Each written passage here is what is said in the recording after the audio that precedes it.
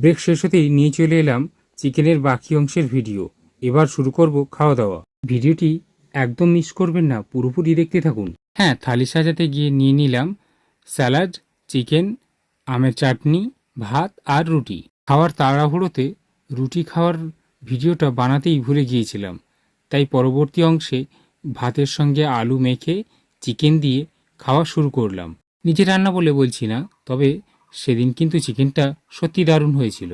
ঝোল এবং আলু দিয়ে আর চিকেন দিয়ে মেখে খেতে খেতে আবার মাঝে লেবু চেপে ভালো করে মেখে খেতে লাগলাম। আমার কিন্তু ওই দিনটা সত্যি দারুণ কেটেছিল। তারপর চিকেন দিয়ে ভাত শেষ হতেই নিয়ে নিলাম চাটনি। চাটনি খাওয়া শেষ হতেই খালি খুঁজছিলাম প্রাণ ঠান্ডা করার জন্য কি খাই। আর সেই সময় স্প্রাইট বলল, নে আমাকে খেয়ে নিজেকে শান্ত কর।